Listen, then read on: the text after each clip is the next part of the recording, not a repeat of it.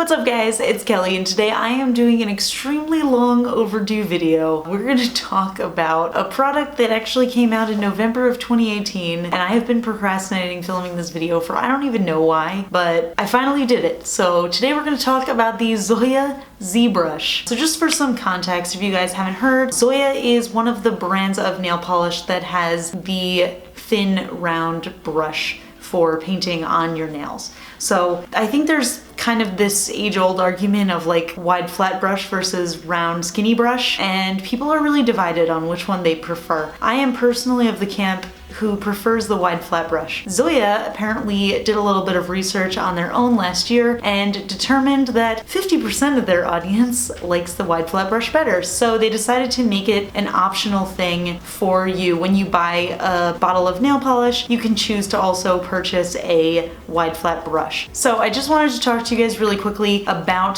the Z-Brush and then kind of show you a comparison between the regular brush that it comes with versus the Z-Brush, and then we're gonna talk about pricing / whether or not it's worth it. So the regular Zoya brush, like I said, it is a round thin brush and I've never necessarily had a problem applying with it, but I do prefer brands that have wide flat brushes, and a lot of brands have kind of been crossing over to that side. China Glaze is another notable brand that recently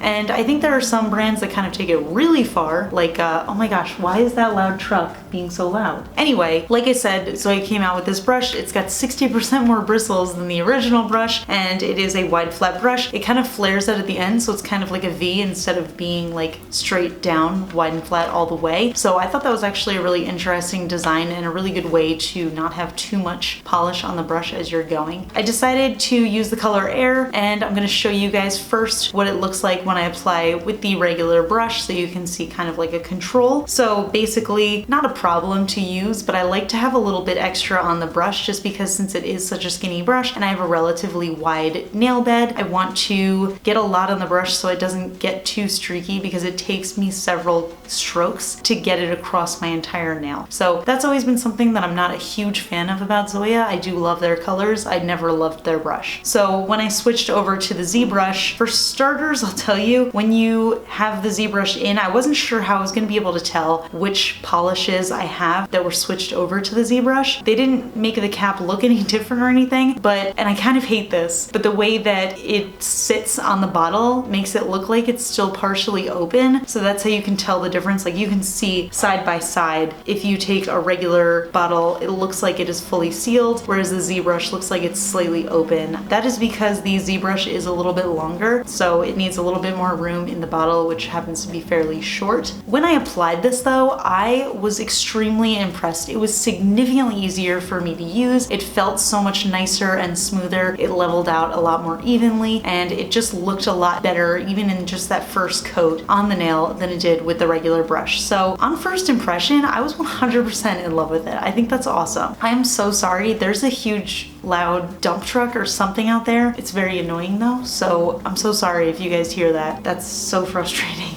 But yeah, so a little comparison, you guys can see what the brushes look like next to each other, so you can see the wide flat brush is significantly bigger and significantly wider, and it definitely does make a difference on the nail. So if you are one of the people who loves the skinny round brush, no need to worry, Zoya still sells their polishes with the regular brush. If you are the person who likes a wide flat brush, here's the thing, I was really excited because I thought that this meant when you are checking out on Zoya's website, you could choose which brush you got, and that's kind of what I wish it was. As of right now, you actually have to purchase it separately, and it costs $2. So the polishes themselves cost $10 USD each, plus an additional $2, you're paying $12 for a nail polish. So I ended up looking into this further. I didn't see any information on the Zoya website regarding this, but just as a test, I added a polish and the Z-Brush to my cart on the Zoya website, and I did notice that the price dropped down to $1. So, and I've tried it with a few different colors just to make sure it wasn't just with new stuff, but basically it looks like if you are buying a nail polish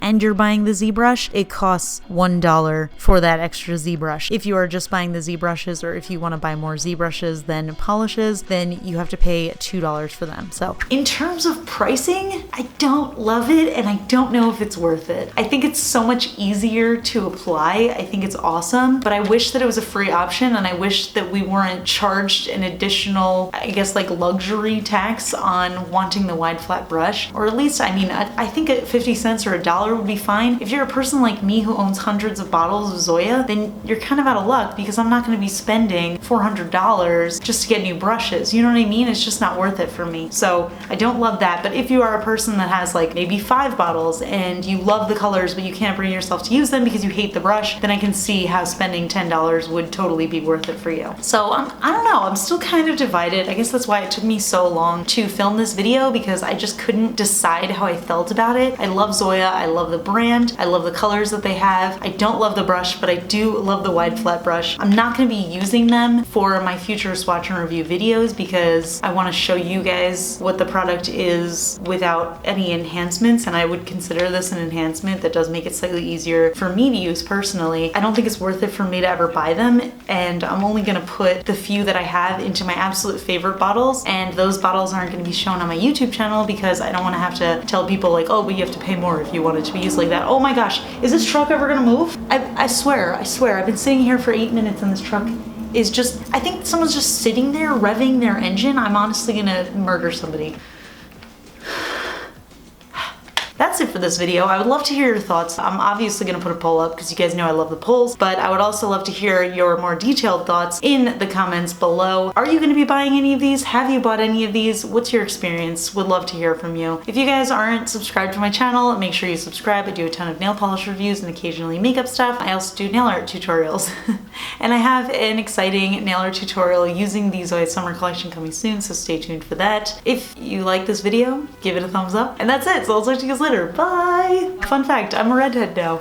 This is not, I didn't go to a salon and get this done. I just put red hair dye over the color that I already had. I think I talked about it in a recent video where I said like this color is fading quicker than any other color that I've had before. So I kind of wanted something in between. I can really only afford to dye my hair like 4 times a year because it is super expensive. So I really can't afford to do it that often, but I wanted to have something in between, so I just did a little dyeing the hair red in the meantime. And I do love the way it looks. I think it's super fun. I wasn't expecting it to be so red. I thought that if I put red over the existing pink that it would kind of be like a reddish pink, but no, it's like, this is red. This is very red.